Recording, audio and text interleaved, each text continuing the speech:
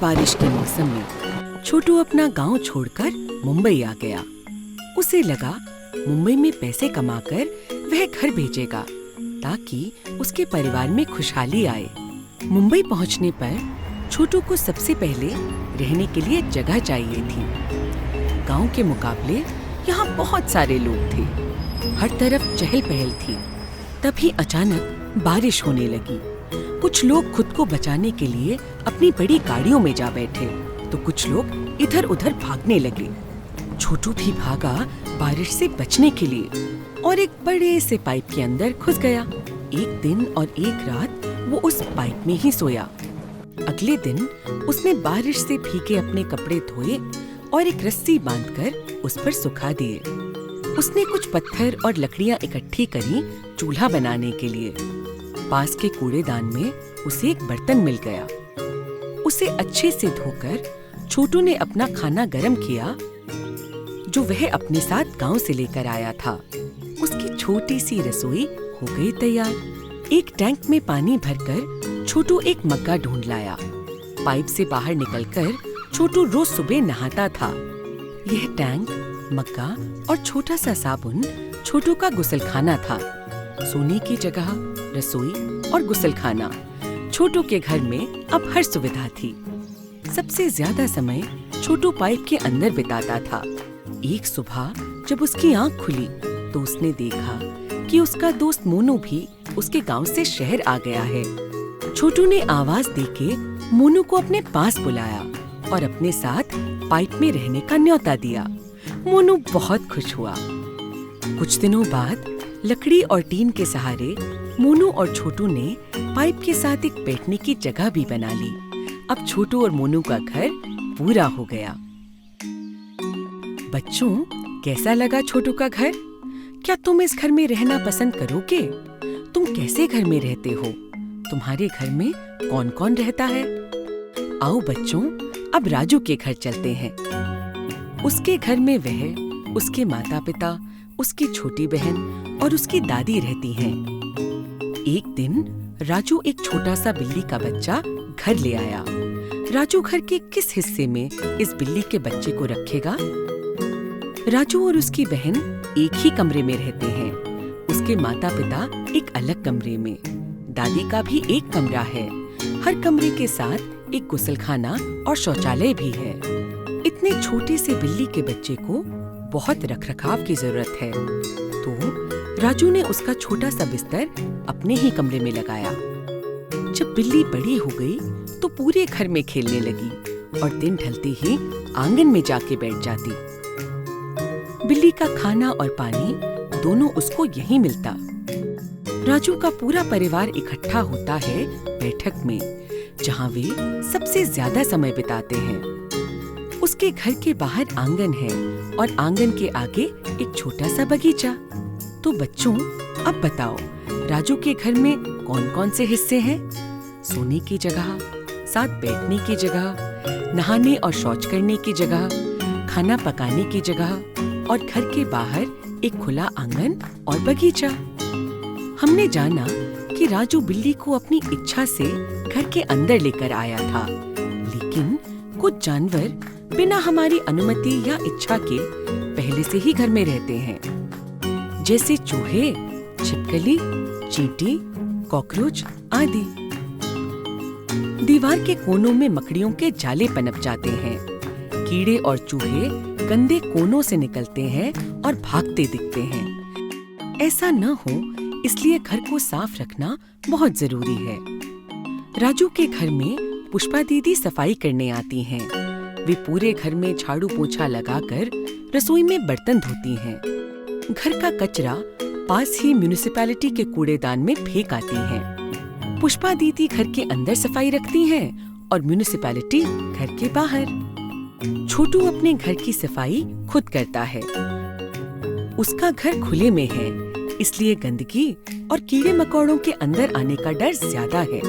छोटू केवल पाइप के अंदर ही नहीं, बाहर भी सफाई करता है ताकि आसपास की जगह भी स्वस्थ और सुंदर रहे। राजू के घर के दरवाजे पर तोरण लगा हुआ है। घर को और सुंदर बनाने के लिए खास त्योहारों पर राजू की माँ जमीन पर रंगोली बनाती है, तरह तरह की लाइट भी लगाती है। छोटू को भी अपना घर सजाने का मन है। उसने सोचा है कि जब दिवाली आएगी तो वो रंग बिरंगी लाइट की लड़ी से अपना पाइप सजाएगा। घर साफ, स्वस्थ और सुंदर हो तभी तो रहने में मजा है। तो बच्चों, आज हमने सीखा कि घर के कितने अलग अलग हिस्से होते हैं। हमने छोटू और राजू के घरों में जाकर देखा कि वहाँ कितने हिस्से हैं, कौन कहाँ रहता है, रसोई कहाँ है, गुसलखाना कहाँ है। हमने ये भी देखा कि घर में इंसानों के अलावा जानवर भी रहते हैं, कुछ बुलाए और कुछ बिन बुलाए। और आखिर में हमने समझा कि घरों को साफ और सुंदर रखना कितना जरूरी है।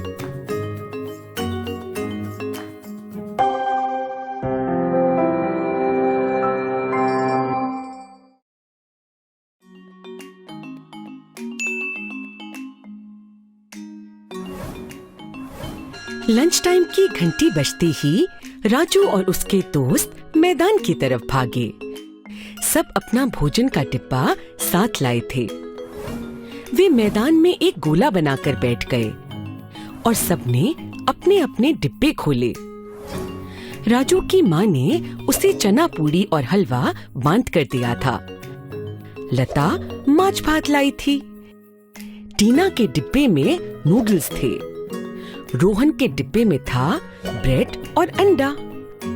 वेणु इडली और चटनी लाया था और रमनदीप घर से आलू के पराठे लाया था मक्खन के साथ। सभी दोस्तों ने मिल बांटकर खाना खाना शुरू किया। रमनदीप बोला, कल शाम को उसने गुरुद्वारे पर लंगर खाया। रमनदीप पंजाब से है। वहाँ पर दूध, दही, मक्खन यानी कि दूध से बनी चीजों का सेवन ज्यादा होता है। वहाँ के लोग गेहूं और चावल भी ज्यादा खाते हैं।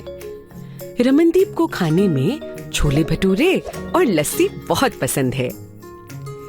टीना ने बताया, जब वो दिल्ली गई थी तो उसने बहुत सारे मॉल देखे जहाँ पर उसने पिज्जा, बर्गर और पास्ता खाया। टीना की माँ ने उसे समझाया कि ये सब सेहत के लिए अच्छा नहीं है, पर टीना को बहुत पसंद आया। टीना की माँ को दिल्ली की चाट भी बहुत अच्छी लगी। टीना ने फिर बताया कि उसे नूडल्स बहुत पसंद हैं, इसलिए वे नूडल्स आज टिफिन में लेकर आई थी। राजू के घर में रोज दाल, सब्जी और रोटी बनती है। कभी कभी खास मौकों पर उसकी माँ अलग अलग तरह की मिठाई और पकवान बनाती हैं।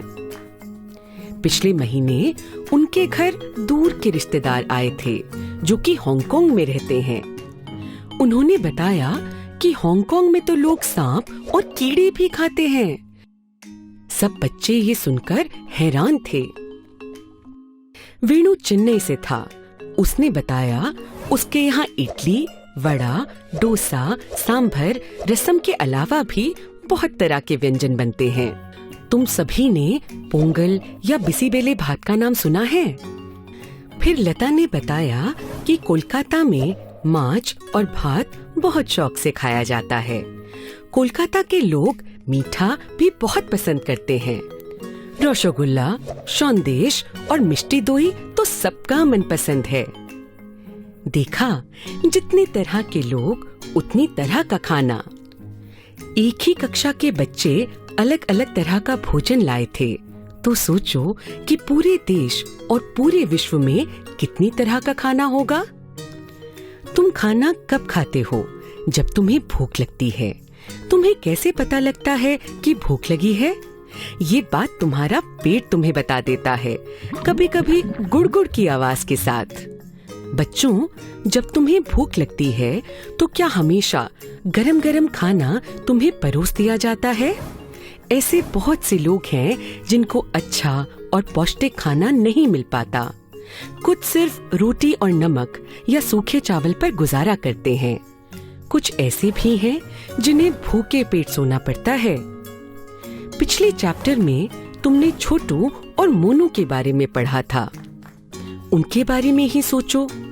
कुछ दिन जब उनकी कोई कमाई नहीं होती तो वे चाय बिस्कुट से काम चलाते हैं या भूखे पेट सो जाते हैं।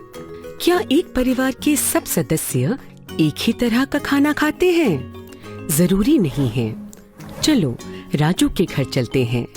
राजू की दादी मुलायम खाना खाती हैं क्योंकि उनके दांत अब टूट रहे हैं। राजू की माँ दादी के लिए खास खिचड़ी, दाल चावल या दाल में रोटियां डुबोकर तैयार रखती है। जब राजू की बहन छोटी थी तो वो भी चबा नहीं पाती थी, इसलिए माँ उसको दूध और मुलायम पदार्थ खाने के लिए देती थी। राजू के पिताजी को भी खाना बनाने का शौक है। वे राजू की माँ के साथ रसोई में हाथ बटाते हैं। राजू को अपनी माँ के हाथ का खाना बहुत पसंद है, पर कभी-कभी वो जिद करता है कि उसे बाहर के पकवान खाने हैं। पर राजू को यह समझना जरूरी है कि बढ़ती उम्र में दाल, रोटी, सब्जियां और हर तरह का पौष्टिक आहार खाना जरूरी है। इस बात का राजू की माँ खास ध्यान रखती हैं। बच्चों, इस बात का खास ख्याल आप भी रखना। बाहर मिलने वाले पकवान अच्छे जरूर दिखते हैं, लेकिन घर के खाने जितना पौष्टिक और स्वच्छ नहीं होते। आज हमने अलग अलग तरह के खाने के बारे में सीखा। भारत एक विशाल देश है जिसके भिन्न प्रांतों से आए लोग भिन्न खाने का सेवन करते हैं। हमने ये भी जाना कि भूख तो सबको लगती है, लेकिन पौष्टिक आहार हर किसी को नहीं मिल पाता। अंत में हमने जाना कि एक ही परिवार के अलग अलग सदस्य अपनी उम्र और पसंद के मुताबिक अलग अलग तरह का खाना खाते हैं। अभी किस्सा खत्म नहीं हुआ। अगली वीडियो में हम जानेंगे अलग क्षेत्रों और प्रांतों के खाने के बारे में, और ये भी समझेंगे कि इन सब जगह अलग खाना मिलने का कारण क्या है।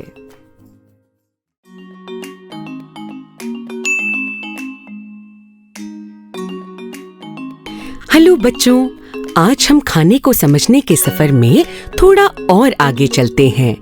अलग अलग जगहों पर अलग अलग तरह की चीजें खाई जाती हैं। ये निर्भर करता है इस बात पर कि वहाँ क्या चीज आसानी से पैदा होती है। जैसे कि पंजाब में दूध और गेहूं उत्पाद ज्यादा है, इसलिए इनसे बनी चीजों का सेवन ज्यादा होता है। बंगाल में लोग चावल ज्यादा खाते हैं। आंध्र प्रदेश के खाने में मिर्ची ज्यादा होती है। भोजन बहुत प्रकार की सामग्री से बनता है, लेकिन कुछ चीजें हैं जो भारत के खाने की बुनियादी सामग्री हैं, जैसे कि चावल, रागी, मक्का, बाजरा, गेहूं आदि। हमारा भोजन ज्यादातर इन्हीं चीजों से बनता है। कभी कभी एक ही चीज का प्रयोग करके अलग अलग भोजन बनाए जाते हैं। जैसे आटे से रोटी बनती है, पराठा बनता है, हलवा भी बनता है। बेसन से लड्डू बनते हैं, कढ़ी बनती है, पकौड़े बनते हैं और हलवा भी बनता है। चावल से पुलाव, बिरयानी, खिचड़ी, पोंगल, डोसा, खीर आदि बनते हैं। किस जगह पर क्या खाया जाता है, ये इस बात पर भी निर्भर करता है कि वहाँ का मौसम कैसा है, वहाँ क्या खरीदा जा सकता है और वहाँ के रीति रिवाज कैसे हैं। मौसम निर्धारित करता है कि किसी क्षेत्र में किस तरह का खाना पैदा हो सकता है। लोग न केवल गाय का बल्कि बकरी और ऊंट का भी दूध पीते हैं, जहाँ जो उपलब्ध हो। रीति रिवाज के अनुसार लोग शाकाहारी, मांसाहारी और अन्य प्रकार का भोजन खाते हैं। पत्ते, फल, फूल, यहाँ तक कि पौधों की जड़ों का भी खाने में प्रयोग होता है। तो बच्चों, आज हमने जाना कि भारत और दुनिया के भिन्न प्रांतों में अलग अलग तरह का खाना मिलता है। कहाँ किस तरह का खाना मिलता है, यह निर्भर करता है इन बातों पर। वहाँ क्या उगता है, वहाँ मौसम कैसा है, वहाँ के रीति रिवाज कैसे हैं, वहाँ क्या खरीदा जा सकता है। टाटा, अगली बार मिलेंगे एक और दिलचस्प पाठ के साथ।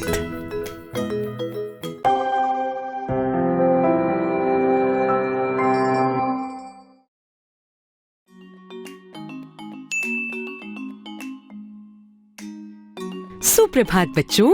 सुप्रभात मैडम। आज हम एक दिलचस्प गेम खेलेंगे।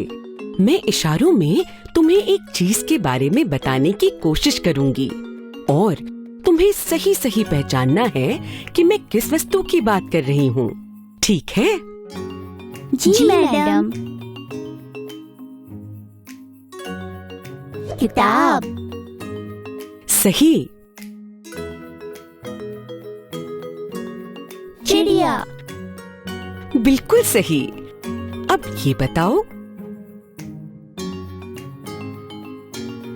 बैल। वाह वाह, मेरी क्लास के बच्चे खूब समझदार हैं। बच्चों, इशारों में बात करना शब्दों में बात करने से थोड़ा मुश्किल है। आज हमने जो खेल खेला उससे हमने जानने की कोशिश करी कि शब्दों के बिना बातचीत कैसे करी जाती है। ये मुश्किल जरूर है पर असंभव नहीं।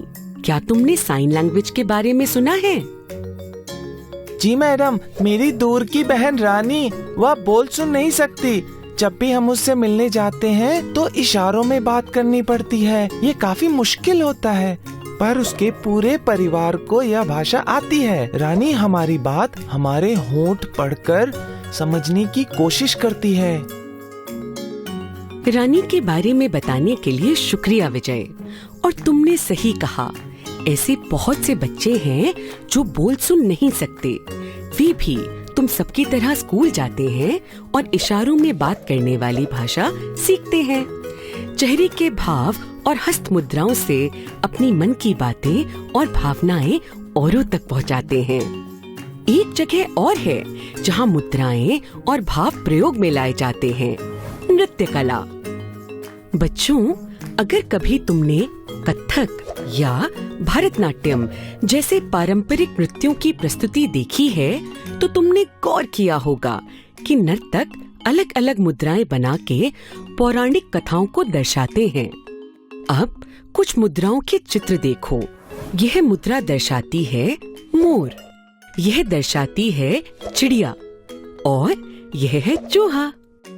एक और पारंपरिक नृत्य के बारे में सोचते हैं, कथकली। क्या तुम सब इस नृत्य के बारे में जानते हो? जी मैडम, ये नृत्य केरल के सबसे प्रचलित शास्त्रीय कलाओं में गिना जाता है। हाँ श्रेया, सही कहा। इस नृत्य की सबसे अद्भुत बात है इसका अभिनय, यानी कि चेहरे के भावों से कहानी बता पाना। इन कथकली नर्तकों के चित्र देखो, है ना अद्भुत? इनके भावों में क्या दिख रहा है? गुस्सा। अब मुझे बताओ, अगर मैं कहूँ मेरी गुड़िया खो गई है तो तुम्हें अजीब लगेगा ना? चेहरे हमारे मन का आईना होते हैं। एक छोटा बच्चा जो कि कुछ बोल भी नहीं पाता, अपने चेहरे या हाथों से कितनी सारी बातें कर लेता है। अब मैं तुम्हें कुछ लोगों के बारे में बताऊंगी। तुम बताना कि उनके चेहरे का भाव कैसा होना चाहिए। पूजा को आज एक नई फ्रॉक तोहफे में मिली है। उसके चेहरे का भाव कैसा होगा? नीता के बाबूजी को पता चला कि नीता ने होमवर्क नहीं किया है। नीता के बाबूजी के चेहरे पर कौन सा भाव आएगा? विनय की नई साइकिल का टायर पंक्चर हो गया। विनय अपने चेहरे के भाव से क्या व्यक्त करेगा? शाबाश बच्चों! एक दूसरे तक अपनी बात पहुंचाने के बहुत से तरीके होते हैं। पता है, कुछ किताबों में शब्द नहीं, केवल चित्र होते हैं। इन चित्रों को देखकर कहानी बनाई जा सकती है। चलो साथ कोशिश करते हैं। मैं कुछ चित्र तुम्हारे सामने रखती हूँ। तुम बताना उनमें क्या हो रहा है। इस चित्र में एक कौवा है। कौवा प्यासा है। कौवे को एक मटका दिखता है, वो खुश हो जाता है। पर मटके में तो बहुत कम पानी है। कौवा छोटे छोटे कंकर लाकर पानी में डाल देता है। पानी ऊपर आ जाता है। प्यासा कौआ जी भर के पानी पीता है। बहुत अच्छा बच्चों, मुझे उम्मीद है आज की क्लास में तुम्हें मजा आया होगा। आज हमने जाना कि शब्दों के बिना भी बात करने के बहुत सारे तरीके होते हैं। हमने इशारों में बात करी और महसूस किया कि जो लोग बोल सुन नहीं सकते वे कैसे बातें करते होंगे। हमने जाना कि विभिन्न नृत्य कलाओं में मुद्राओं के प्रयोग से कैसे कहानियां बताई जाती हैं। फिर हमने समझा चेहरे के भावों का महत्व और अंत में चित्र देखकर एक कहानी बनाई। अलविदा बच्चों, अगली क्लास में मिलेंगे।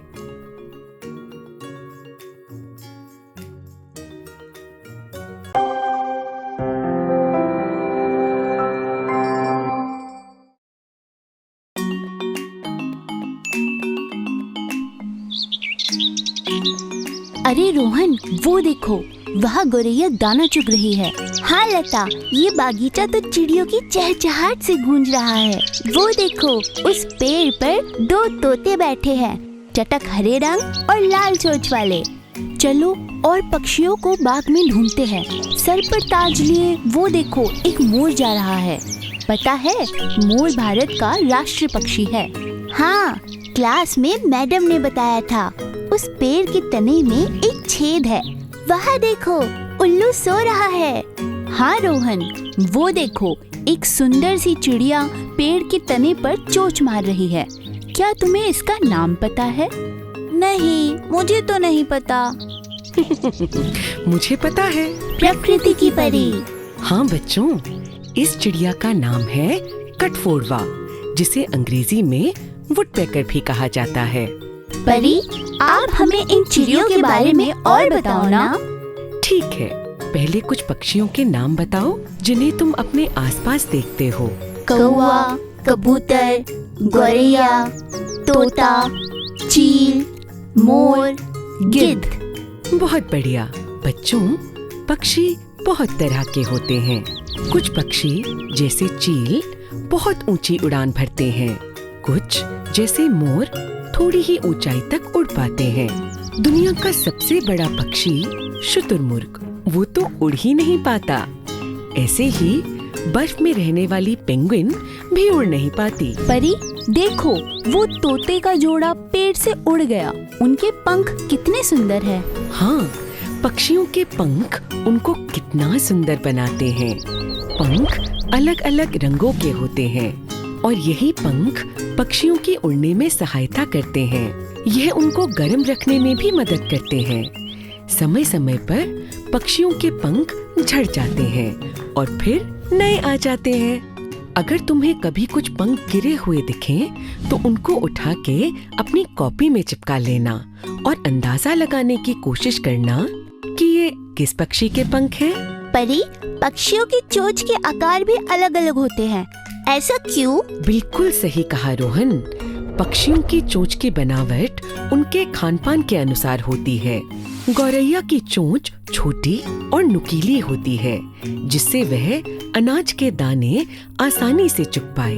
बाज और चील जैसे मांसाहारी पक्षियों की चोंच मुड़ी हुई होती है, जिससे शिकार पकड़ने तथा खाने में आसानी हो। बगुले की चोंच लंबी होती है, जो पानी के अंदर से मछली पकड़ने में सहायक होती है। अरे वाह, ऐसा तो हमने सोचा ही नहीं। हर पक्षी की आवाज भी अलग होती है। टिटहरी टी टी करती है, कौवा काऊ काऊ करता है। कुछ पक्षी गाते हैं, कुछ की आवाज सीटी जैसी सुनाई देती है। अच्छा बताओ, कबूतर कैसी आवाज निकालता है? गुटरगू, हा हा हा। बिल्कुल सही। और तोता तो ऐसा पक्षी है जो इंसानों जैसी आवाज निकाल लेता है, इसलिए कुछ लोग तोते को घर में भी पालते हैं। हाँ, मेरी दादी के पास एक तोता था। उसका नाम मिट्ठू था और वो दादी की बातें दोहराता था। वह उसे पिंजरे में नहीं रखती थी। उनका मानना था कि खुले आसमान में उड़ने वाले पंछियों को पिंजरे में कैद नहीं करना चाहिए। शाबाश लता, ये कितनी अच्छी बात बताई तुमने।